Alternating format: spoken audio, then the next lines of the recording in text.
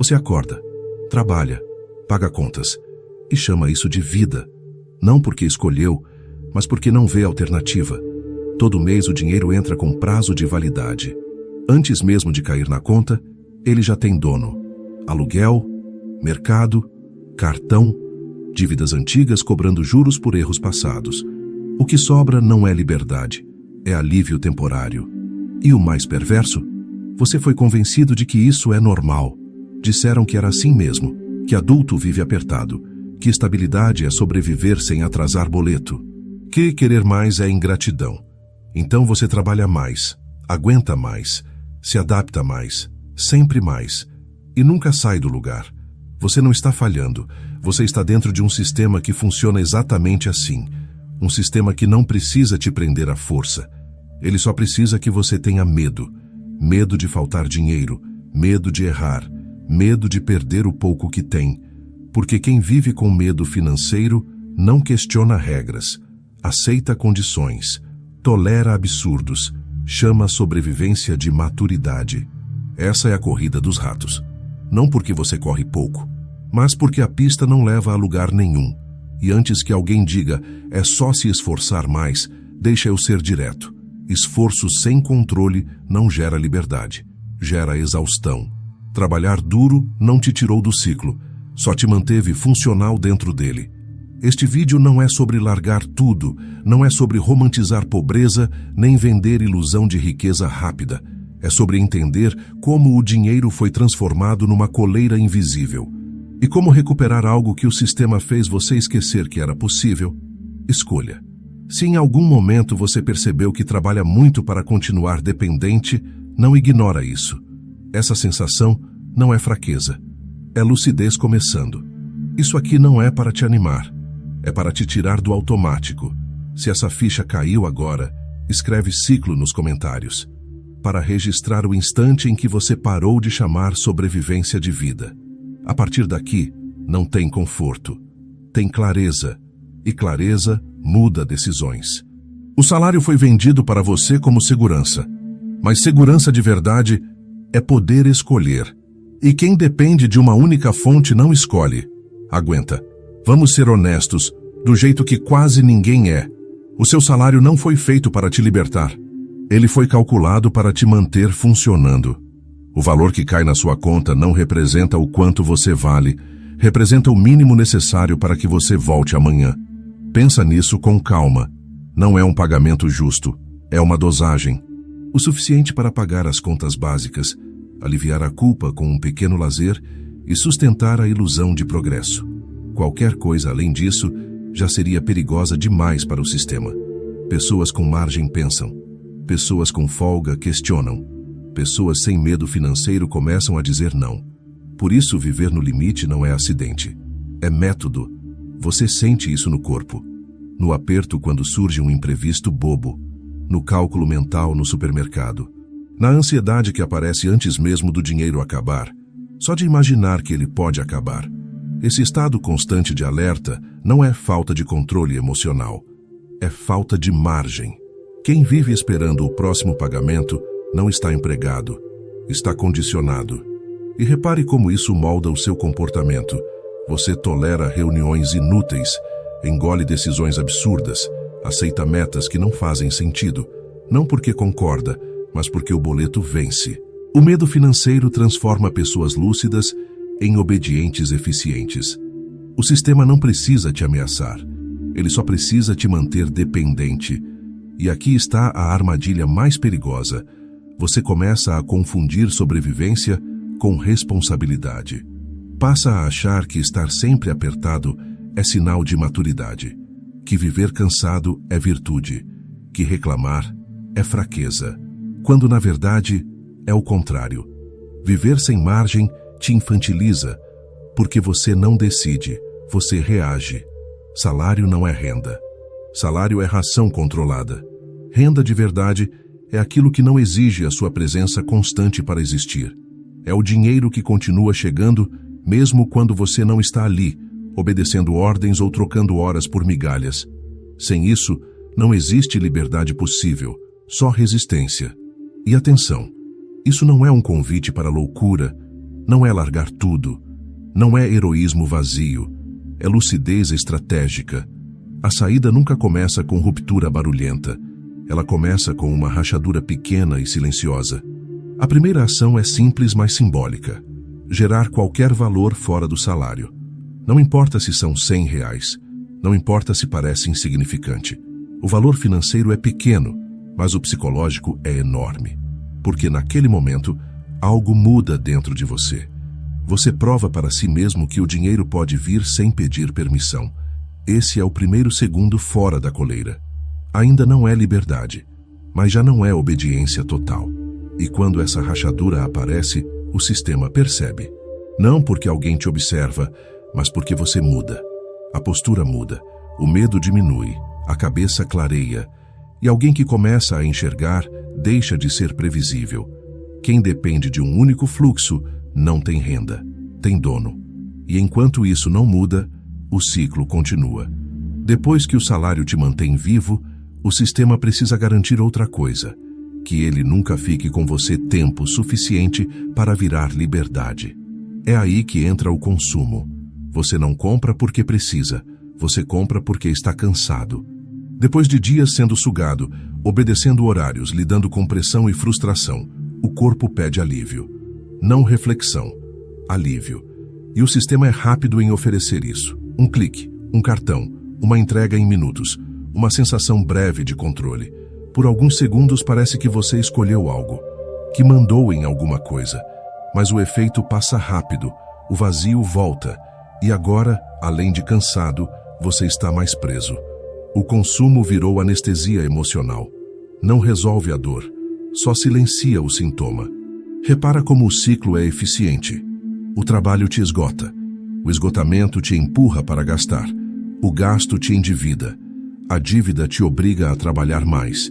E quanto mais cansado você fica, menos força tem para resistir ao próximo impulso. Isso não é falta de disciplina. É engenharia comportamental. A publicidade não vende produtos, ela vende alívio. Primeiro cria a sensação de inadequação, depois oferece a compra como solução. Você merece. Você trabalhou duro. É só isso.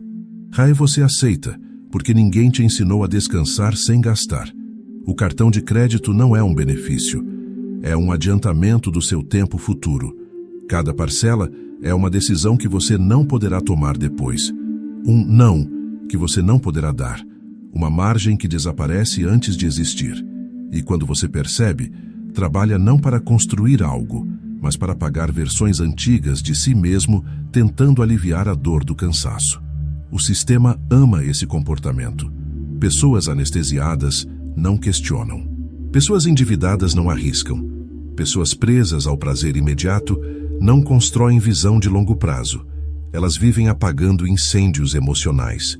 Por isso, o consumo é estimulado, normalizado e até celebrado, porque ele mantém a roda girando sem precisar de coerção. Você entra sozinho, passa o cartão sozinho, se prende sozinho e ainda chama isso de recompensa. Mas aqui vem o reenquadramento que muda o jogo. Toda compra impulsiva é um pedido de descanso disfarçado.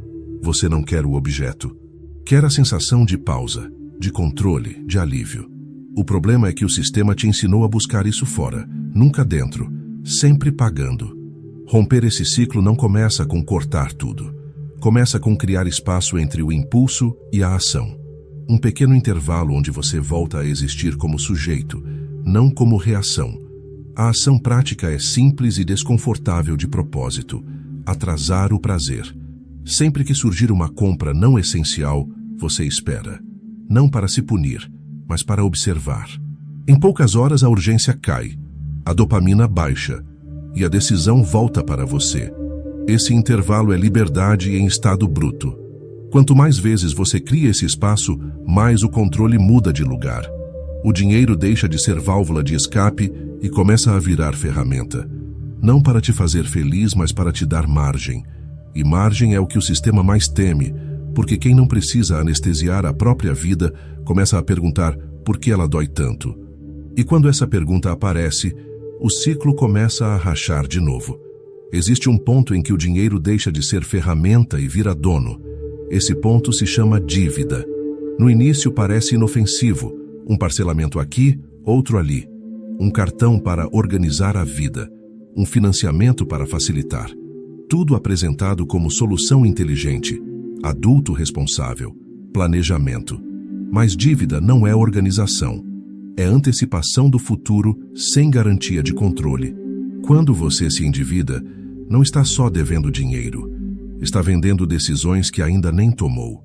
Está comprometendo horas de trabalho que ainda nem viveu. Está aceitando hoje condições que o seu eu de amanhã será obrigado a cumprir. E o sistema sabe disso. Por isso o crédito é fácil. Limite alto. Aprovação rápida. Zero atrito para entrar. Porque depois que você entra, sair exige tempo, obediência e silêncio. O banco não precisa te pressionar. O boleto faz isso por ele. A dívida cria um tipo específico de medo. Não é pânico. É tensão constante. É aquele aperto no peito ao abrir o aplicativo do banco.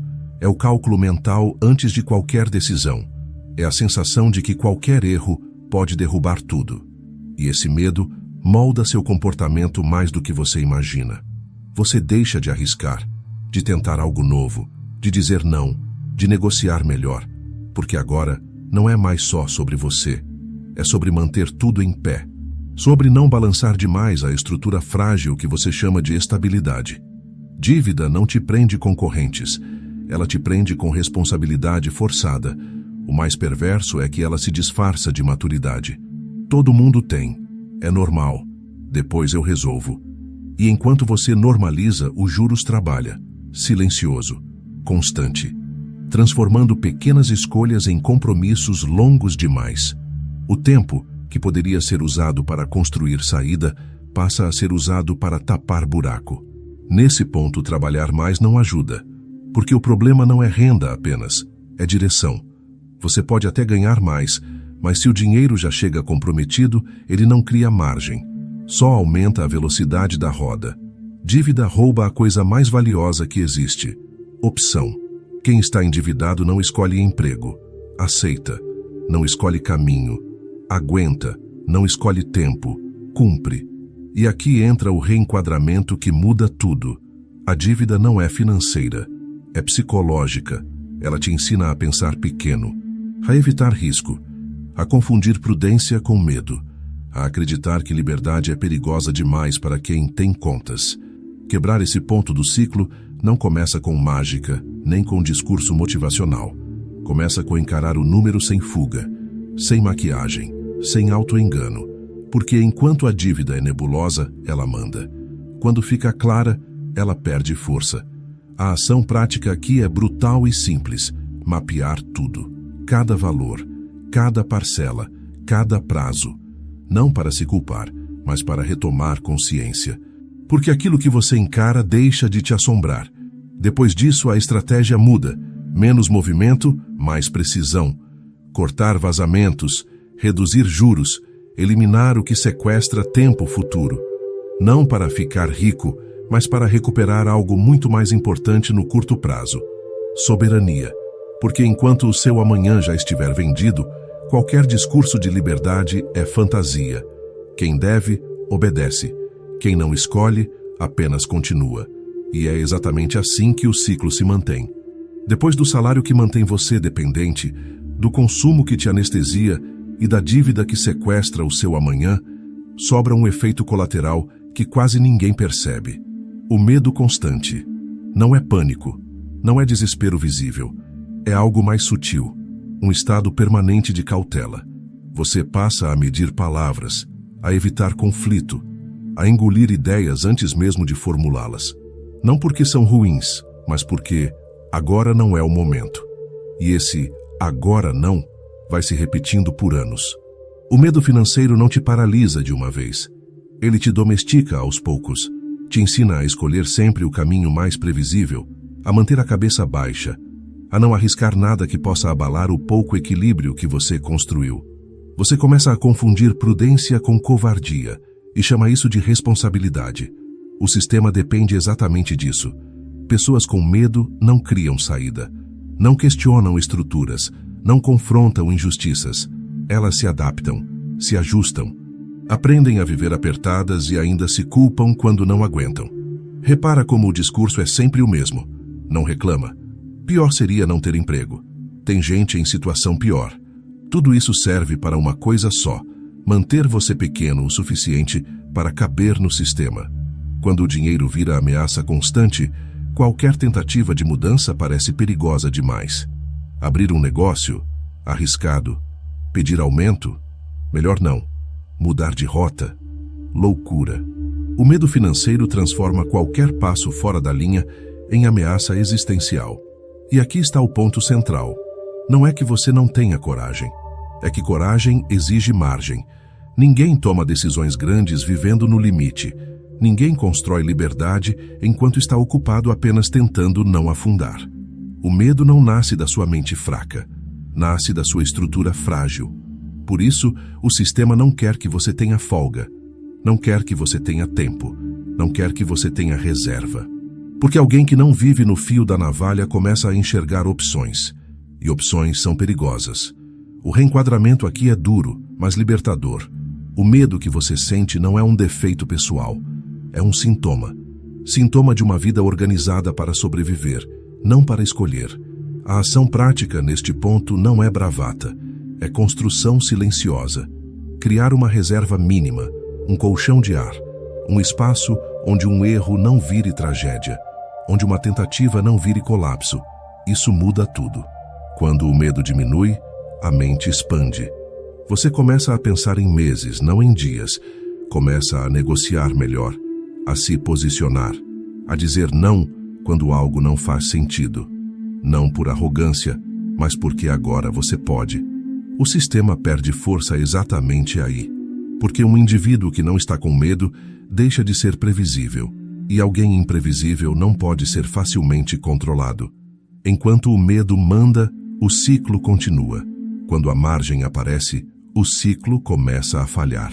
Você foi ensinado a respeitar quem está sempre cansado, a admirar quem vive ocupado, a chamar exaustão de mérito. E isso não é por acaso. O sistema não precisa que você seja inteligente, precisa que você seja incansável. Pessoas cansadas não analisam, não replanejam, não percebem que estão gastando energia demais no lugar errado. Trabalhar muito virou identidade, virou desculpa, virou escudo. Estou fazendo minha parte, estou dando o meu melhor. É assim mesmo. Só que esforço sem direção não constrói saída, só aprofunda o buraco. Se trabalho duro resolvesse, quem mais trabalha seria livre. E você sabe que não é assim. O problema não é falta de esforço, é desperdício de energia. Você troca horas por dinheiro num jogo em que o teto já está definido antes mesmo de você entrar. Quanto mais você se esforça dentro dessa estrutura, mais eficiente você fica. Para o sistema, não para si. É por isso que tanta gente vive ocupada e estagnada ao mesmo tempo. O sistema adora esse tipo de pessoa, produtiva, dedicada, sempre correndo, porque ela sente que está avançando, mas nunca ameaça a engrenagem. Está sempre cansada demais para mudar a rota. E aqui vem a virada de chave. Riqueza não nasce do quanto você trabalha. Nasce do quanto seu esforço se multiplica. Trabalhar muito é linear. Construir alavanca é exponencial. Enquanto você depende exclusivamente do seu tempo para gerar dinheiro, existe um limite claro. O dia acaba. O corpo cansa. A mente satura. E quando isso acontece, o ganho trava. Não importa o quanto você queira. O sistema te ensinou a romantizar o sacrifício porque sacrifício não escala. Estratégia, sim. O reenquadramento é simples e desconfortável. Se você precisa estar presente o tempo todo para o dinheiro existir, você não construiu um ativo. Construiu uma prisão mais sofisticada.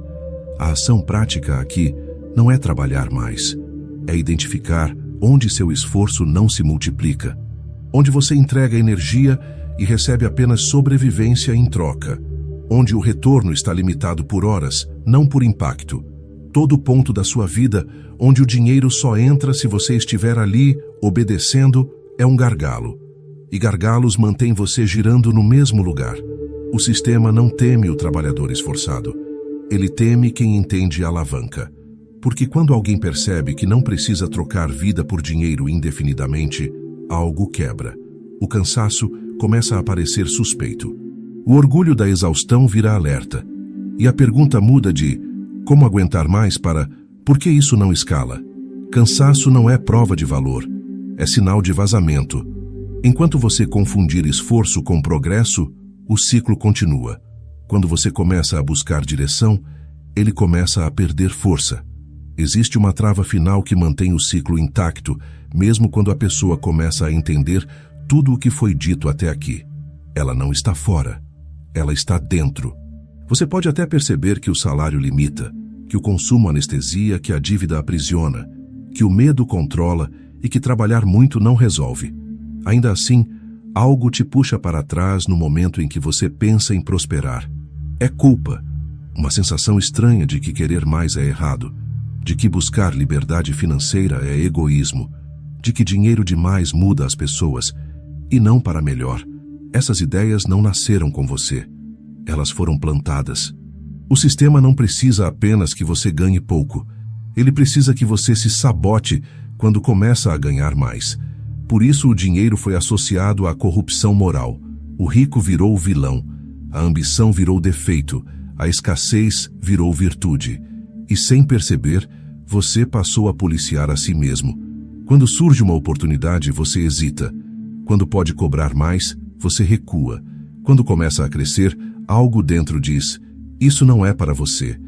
Essa voz não é consciência, é programação. O sistema entendeu cedo que controlar o dinheiro não era suficiente. Era preciso controlar a narrativa, fazer você acreditar que permanecer pequeno é sinal de caráter. E funciona. Pessoas boas continuam pobres, não por incapacidade, mas por conflito interno. O problema é que dinheiro não é moral. Dinheiro é ferramenta. Ele não corrompe. Ele amplifica. Ele dá alcance às intenções que já existem. Se alguém é ruim, o dinheiro só torna isso mais visível. Se alguém é íntegro, o dinheiro amplia impacto, escolha e responsabilidade. Mas enquanto você acreditar que prosperar te torna alguém pior, você vai inconscientemente evitar prosperar. Esse é o ponto mais sofisticado da prisão. Quando o carcereiro mora dentro da sua cabeça, não precisa mais de grades. O reenquadramento aqui é definitivo. Pobreza não é virtude. Escassez não purifica ninguém. Falta de opção não é humildade. Virtude é o que você faz quando tem escolha. A ação prática começa no nível da linguagem interna. Cada vez que surgir a ideia de que dinheiro é sujo, perigoso ou não é para você, você precisa interromper, identificar, substituir, não com afirmação vazia, mas com verdade consciente. Dinheiro é uma ferramenta neutra, e você tem o direito de usá-la para comprar tempo, paz e autonomia. Quando essa trava cai, algo muda de vez. O medo perde força, o esforço ganha direção, a culpa deixa de ser freio, e o dinheiro deixa de ser fim para virar chave. Chave de saída. O sistema quer que você continue correndo, mas quem entende o jogo para de correr e começa a construir a saída. Você não está preso porque trabalha, nem porque ganha pouco, nem porque errou no passado. Você está preso porque foi ensinado a aceitar tudo isso como normal. Ao longo deste vídeo, você viu o ciclo com clareza. O salário que te mantém dependente, o consumo que anestesia, a dívida que sequestra o futuro, o medo que paralisa, o cansaço glorificado e a culpa silenciosa que te puxa de volta sempre que você tenta sair. Nada disso é coincidência, é estrutura. Mas existe uma verdade que muda o jogo inteiro. O ciclo não se quebra com revolta, nem com discurso bonito. Ele se quebra com lucidez e ação contínua. Pequena, estratégica, silenciosa. Ninguém vai vir te salvar. Nem o governo, nem o chefe, nem um golpe de sorte. A saída começa quando você decide parar de chamar sobrevivência de vida. Quando entende que dinheiro não é o objetivo, é a ferramenta. Quando para de correr mais rápido e começa a construir margem. Quando assume a responsabilidade de reprogramar aquilo que o sistema programou em você. Liberdade não é ausência de trabalho, é presença de escolha. E essa escolha custa menos do que te fizeram acreditar. O preço não é abandonar tudo, nem viver no risco, nem romper com o mundo.